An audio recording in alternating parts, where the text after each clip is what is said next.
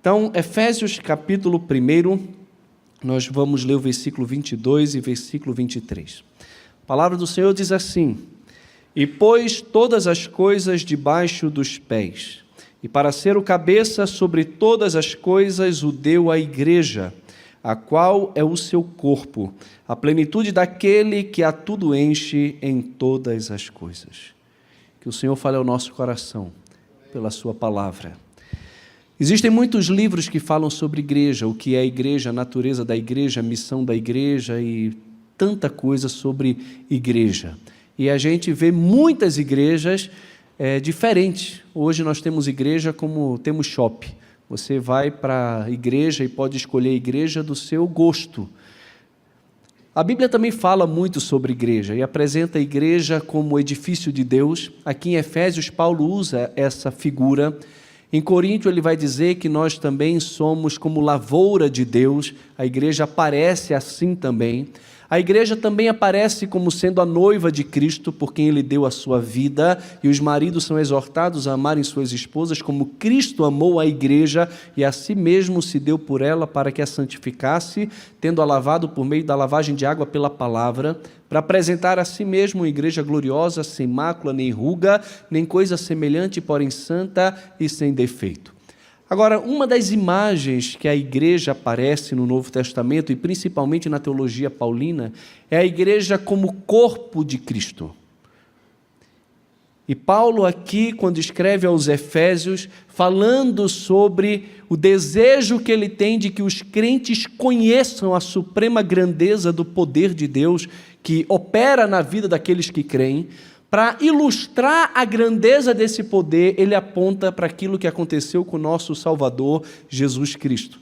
Ele vai dizer que segundo a eficácia da força do seu poder, o qual exerceu ele em Cristo, ressuscitando dentre os mortos e fazendo assentar à sua direita nos lugares celestiais, acima de todo principado e potestade, poder e domínio e império, e de todo nome que se possa referir, não só no presente século, mas também no vindouro.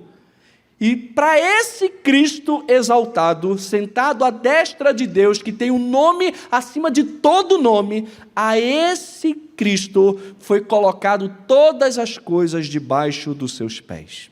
Ele recebeu do Pai toda a autoridade, tanto no céu como sobre a terra. Mas para que ele pudesse ser o cabeça sobre todas as coisas, Deus fez algo.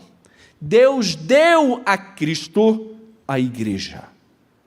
Alguns, e aí eu não quero polemizar, diz que a igreja existe antes de Atos capítulo 2, com a descida do Espírito. Pelo que eu posso ler nesse texto, Deus só deu a igreja a Cristo depois da sua ascensão. Depois que ele foi exaltado e sentou no trono ao lado da destra de Deus, é que Deus dá a Cristo a igreja para que ele seja o cabeça sobre todas as coisas, inclusive sobre o povo de Deus, que é a sua igreja. E nesse sentido eu queria que nós refletíssemos sobre 3 aspectos importantes aqui. O primeiro é o aspecto da autoridade. Jesus, ele é o cabeça da igreja. Isso quer dizer que não existe nenhum outro líder sobre a igreja de Cristo que não seja ele mesmo. Nenhum pastor é a autoridade sobre a igreja. Nenhum conselho de presbítero é a autoridade sobre a igreja. A autoridade que existe sobre a igreja é de Jesus como cabeça da igreja. Nós não somos autorizados para agir da forma que nós queremos agir, fazer as coisas da forma que nós queremos fazer. Não temos essa autoridade. O pastor, o pregador, o mensageiro, o professor da escola dominical não tem autoridade para ensinar qualquer coisa que vá além da instrução daquele que é o cabeça da igreja e que deixou a sua palavra para que fosse ensinada à sua igreja e ao mundo. Em Mateus capítulo 28, versículo 19 em diante, Jesus dizendo que recebeu toda a autoridade no céu e na terra, ele envia os seus discípulos ao mundo dizendo: ide, façam discípulos de todas as nações, batizando-os em nome do Pai, do Filho e do Espírito Santo e ensinando a guardar todas as coisas que eu vos tenho ordenado. Jesus deu ordem para a igreja, porque tem autoridade sobre a igreja, é o cabeça da igreja, é o guia da igreja, e ninguém pode se dizer membro de uma igreja ou participante do corpo de Cristo se não estiver debaixo da submissão a essa autoridade absoluta sobre a igreja que é Jesus. O pastor só tem autoridade naquilo que ministra, naquilo que prega, assim como qualquer pessoa, se a sua autoridade estiver debaixo da autoridade de Cristo. Quando nós vamos para a missão, quando nós servimos ao Senhor, nós precisamos estar debaixo da sua autoridade. Nós temos aqui vários militares na nossa igreja, e nós temos militares que estão debaixo de autoridade, e estão também revestidos de autoridade sobre outras pessoas. E eles não podem, nenhum soldado, ninguém que esteja no exército, na aeronáutica, na marinha ou qualquer tipo de forças armadas, fazer alguma coisa que vá contrário ao comando daquele que está revestido de autoridade. Da mesma forma, nós temos como nosso general Jesus Cristo. Ele é o cabeça da nossa igreja. Ele é o cabeça da igreja. A nossa oração como conselho da igreja é para que as nossas decisões sejam coerentes com a palavra de Cristo e em cada decisão o nosso Deus seja honrado e glorificado, porque Ele deve ser o cabeça sobre a nossa vida. É uma questão de autoridade, é uma questão de posição. A Bíblia vai dizer que Jesus, sendo Deus, não julgou como usurpação ser igual a Deus.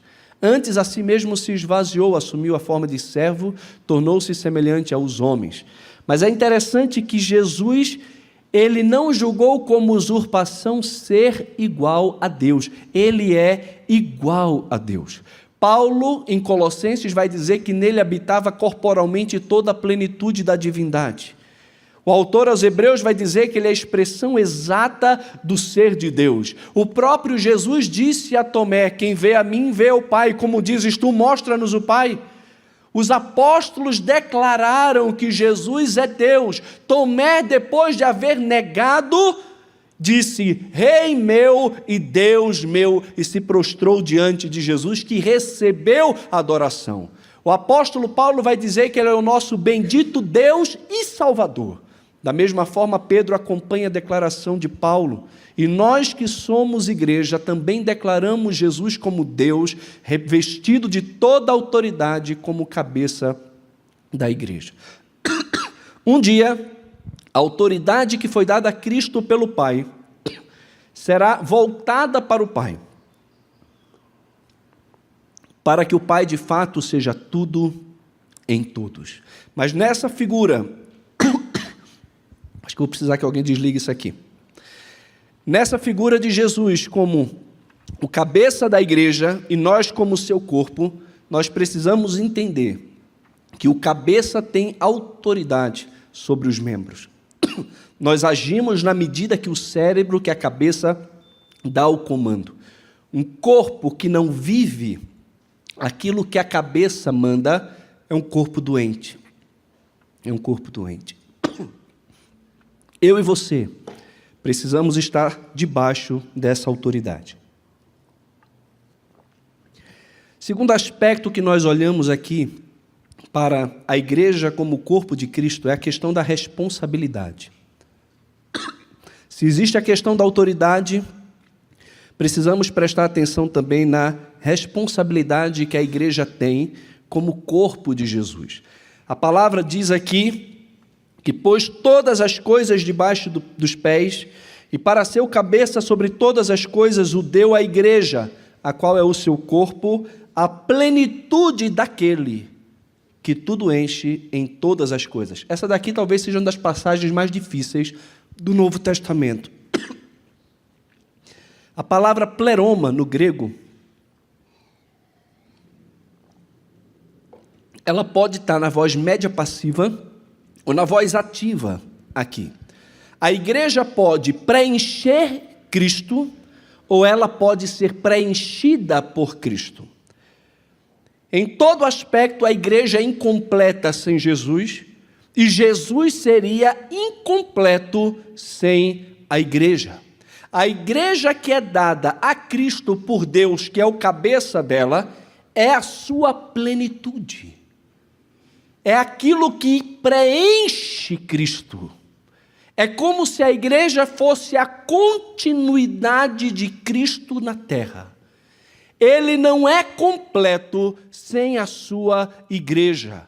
Da mesma forma que a videira sem os galhos não vai dar fruto, Jesus, sendo cabeça, sem o seu corpo, também não pode agir no mundo. A igreja é a mão de Jesus, é o pé de Jesus, é a boca de Jesus, é o ouvido de Jesus. E nesse sentido, eu e você temos uma responsabilidade enorme, porque as pessoas precisam olhar para nós e ver em nós, em mim e em você, individualmente, coletivamente, a vida de Cristo.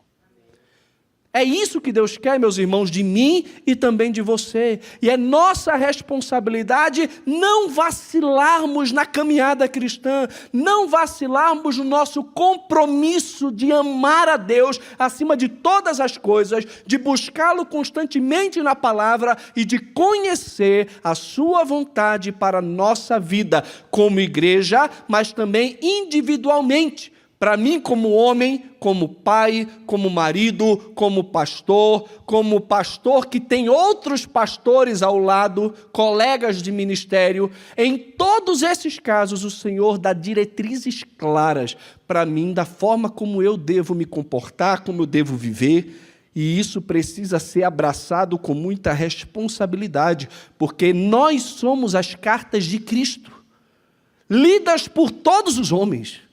A maioria das pessoas não leem a Bíblia, mas elas vão ler a vida daqueles que dizem que leem a Bíblia. As pessoas já ouviram muito de Jesus, elas precisam ver Jesus. Na forma como a igreja vive, como a igreja prega, como a igreja ama. Mensagem de domingo passado, ouviste o que foi dito? Olho por olho, dente por dente, eu porém vos digo, não resistais ao perverso. Se alguém der uma tapa na sua cara, na sua face direita, dá também a esquerda.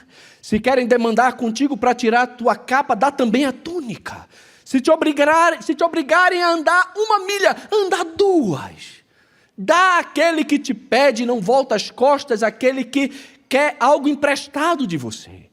Ouviste o que foi dito, amarás o teu próximo, odiarás o teu inimigo. Eu, porém, vos digo, amem os vossos inimigos e orem por aqueles que vos perseguem. Se vocês amam apenas aqueles que vos amam, se vocês saúdam apenas aqueles que saúdam vocês, o que tem isso de mais? Até os publicanos fazem isso, até os gentios fazem isso. Sejam vocês perfeitos como perfeito é o Pai Celestial de vocês, que faz vir o seu sol sobre justos e injustos. Vivam no mundo como filhos do vosso Pai Celestial. Mostre ao mundo o novo nascimento de vocês, a natureza celestial que existe em vocês. Mostrem ao mundo a suprema grandeza do poder de Deus que atua na vida de vocês, a mesma grandeza do poder de Deus que atuou em Jesus, ressuscitando dentre os mortos, é o poder de Deus que atua em você. Então viva como um ressurreto dentre os mortos. Abrace a responsabilidade de mostrar através da sua vida, dos seus relacionamentos e da sua igreja a vida de Jesus. Essa semana, saindo da escola, estava indo pegar minha esposa no trabalho e de lá nós íamos jantar. E já saindo da escola, uma jovem veio e entrou com tudo na traseira do nosso carro. Pancada horrível. Nos assustamos, Dudu começou a chorar, eu disse, calma, estamos bem. Desci do carro, abri a porta de trás, vi que os meninos estavam bem e fiquei feliz pela segunda vez de terem batido no meu carro. Essas coisas são excelentes para mostrar onde está o nosso coração. E eu fiquei feliz por ver que o meu coração não estava nem aí para o carro. Muito feliz. Olha, isso é coisa boa. Vou orar para alguém bater no seu carro para ver como está o seu coração. Estou brincando. Mas eu fiquei feliz, fiquei. E fiquei feliz por ver que a minha preocupação estava mais com a menina que tinha batido. E toda hora eu cheguei perto dela, ela estava chorando. Eu disse, você está bem? Se machucou? Pedi uma água para ela do espetinho que tinha do lado lá. E toda hora, senhora, calma, fica tranquilo.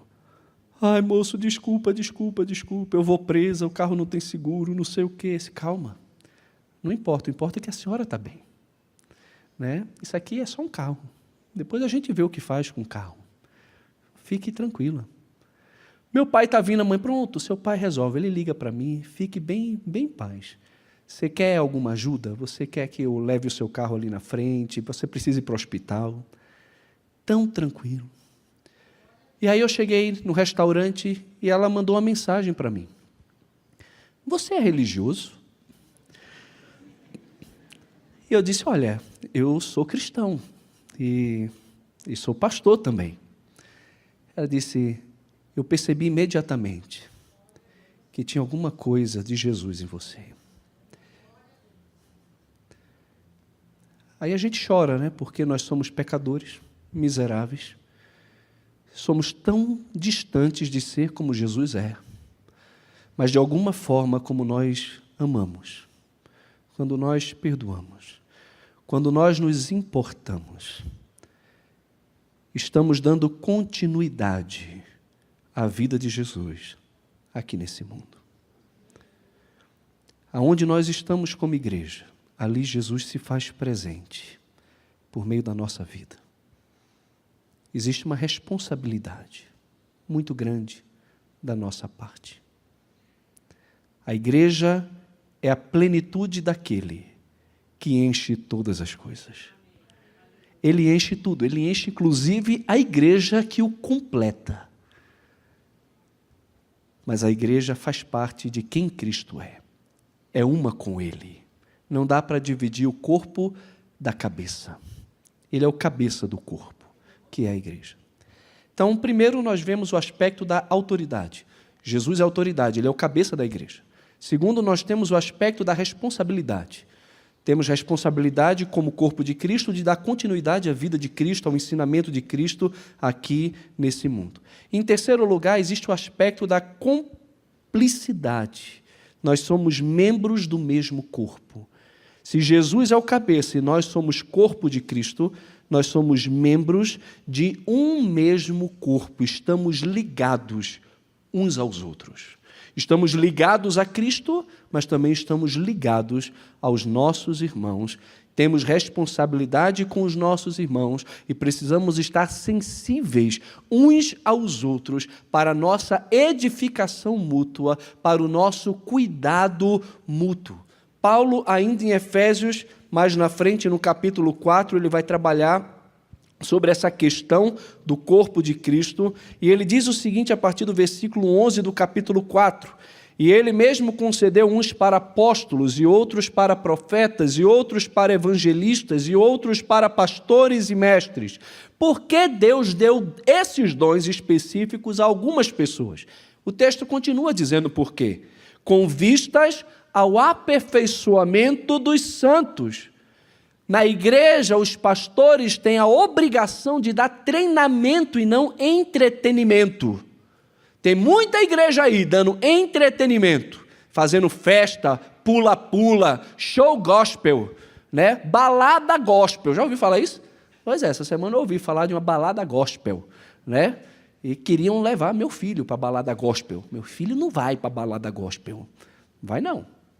Lugarzinho escuro, luzinha roxa, pula-pula, gelo seco, não vai não.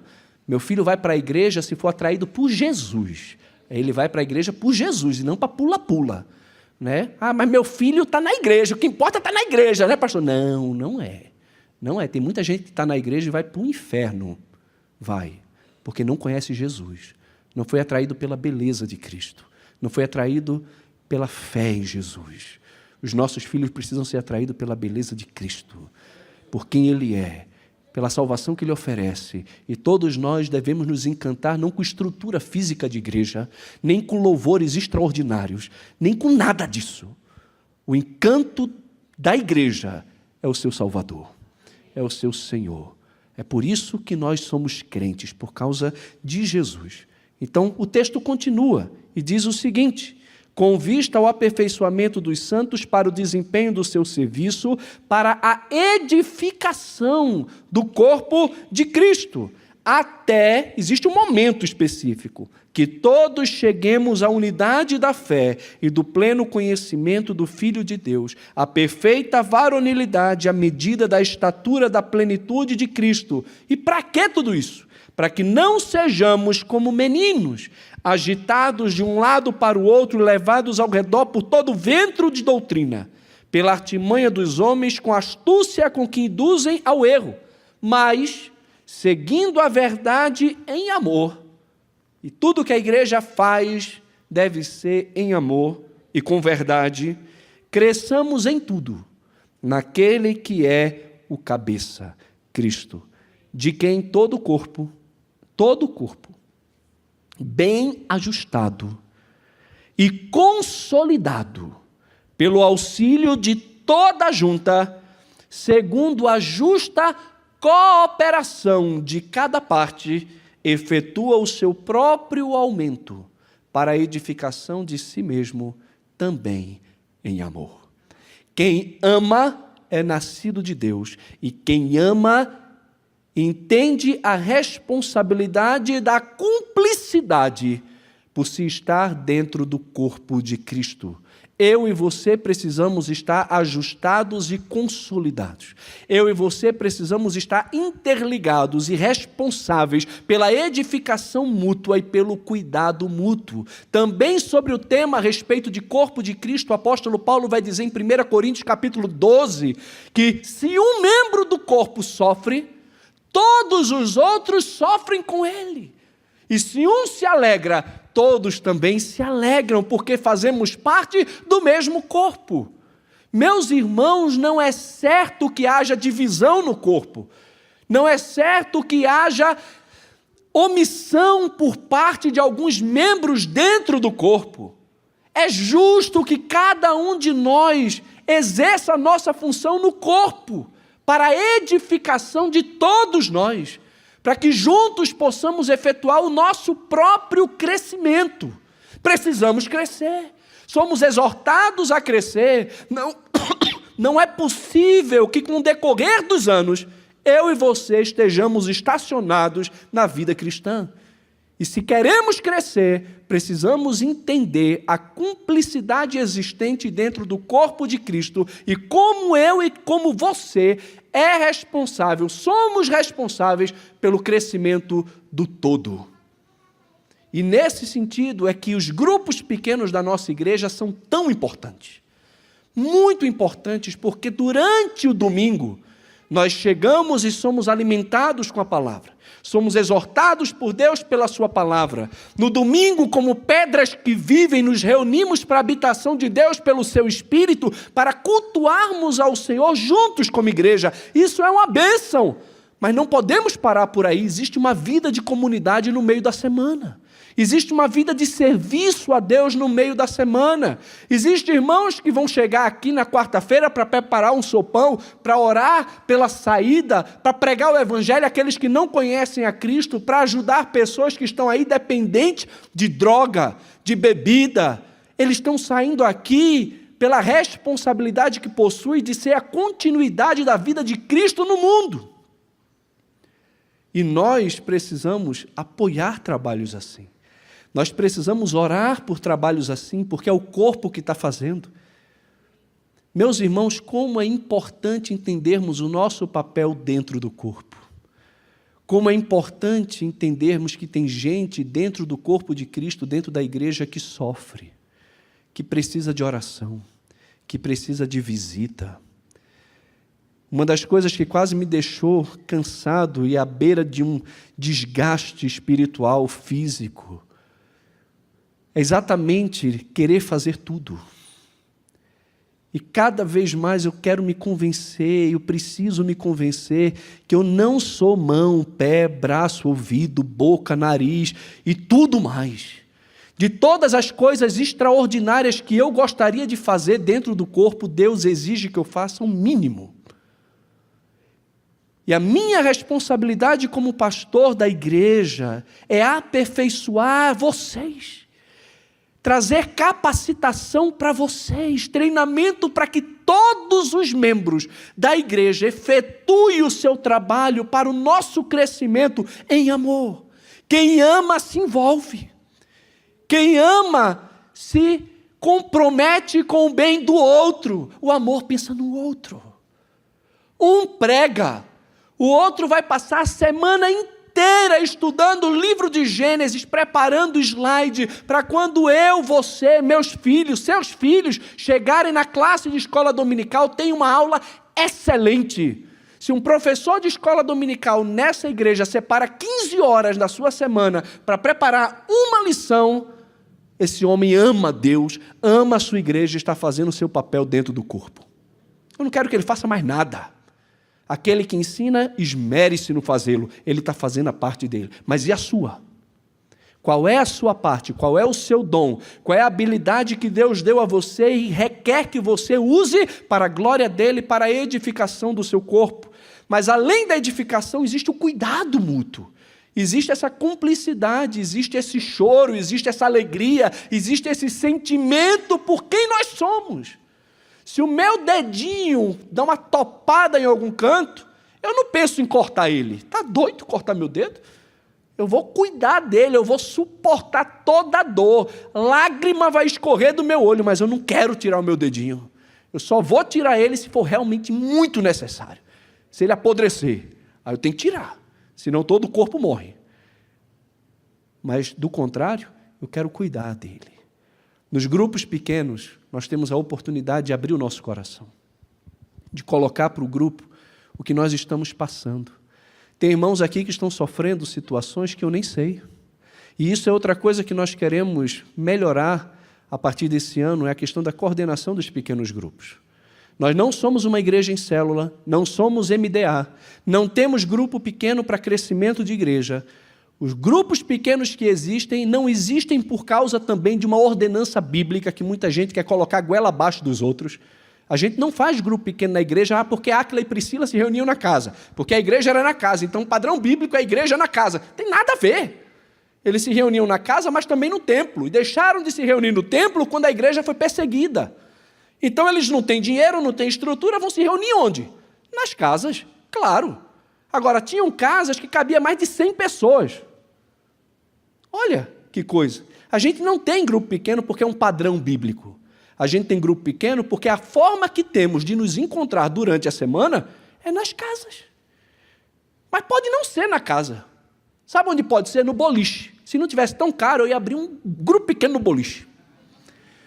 Tem gente que gosta de jogar boliche. Eu gosto de jogar boliche. Pronto, pegava mais 5 homens, dividia uma pista, nós íamos jogar boliche e no final, sabe o que aconteceu? Eu ia pedir uma pizza, a gente ia comer uma pizza no boliche, eu ia abrir a Bíblia, nós íamos ler a Bíblia no boliche e íamos orar uns pelos outros no boliche. Quando eu fazia acompanhamento com pastores, sabe para onde eu levava os pastores? Para o shopping. Ia lá para o shopping, sentava na Copenhague. Tem alguns pastores que não têm condições, nunca tomaram um cappuccino cheio de chocolate da Copenhague. Eu levava os pastores para lá, pagava o cappuccino e a gente ia ler a Bíblia na Copenhague, ia orar na Copenhague, e as pessoas passavam no shopping e ficavam achando estranho que alguém está com a Bíblia aberta lendo.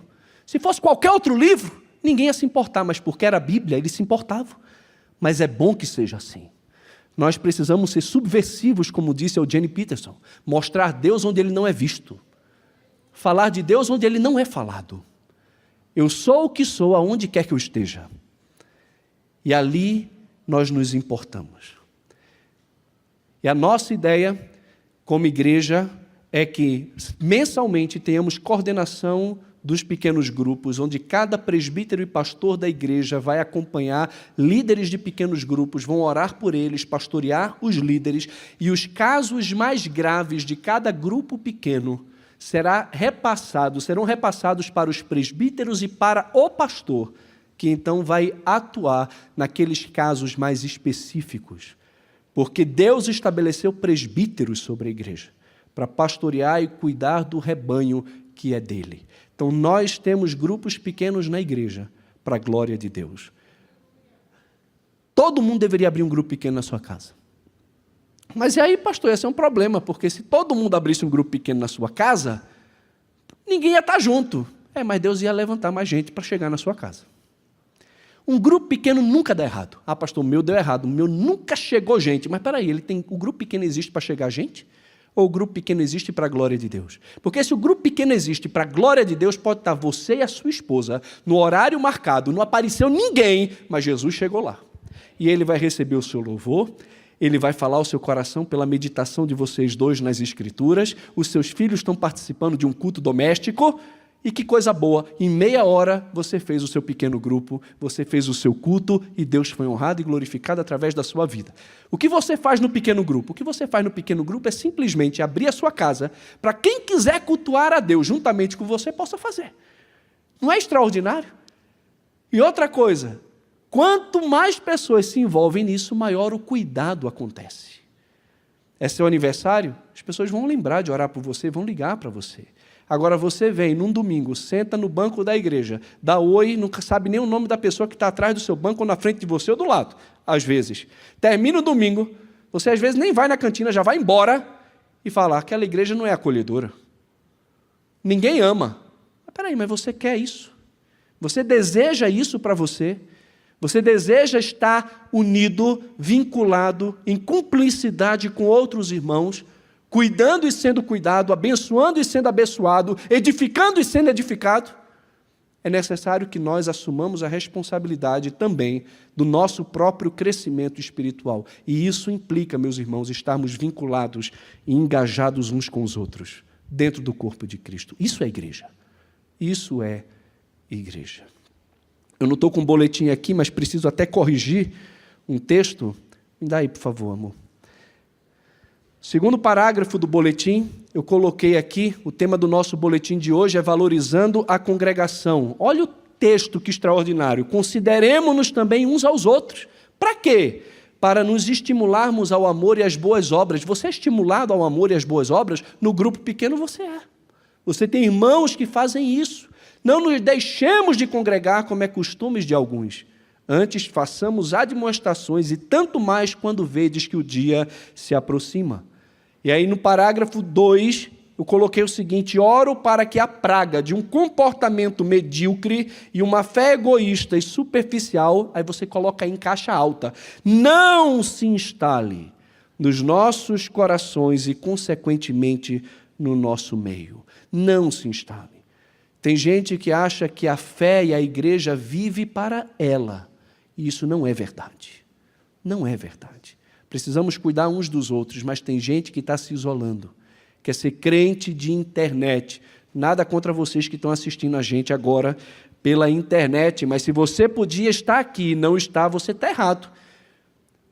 Você deveria estar no meio do povo de Deus. Desliga a internet, sai do sofá e vem para o banco cultuar a Deus juntamente conosco.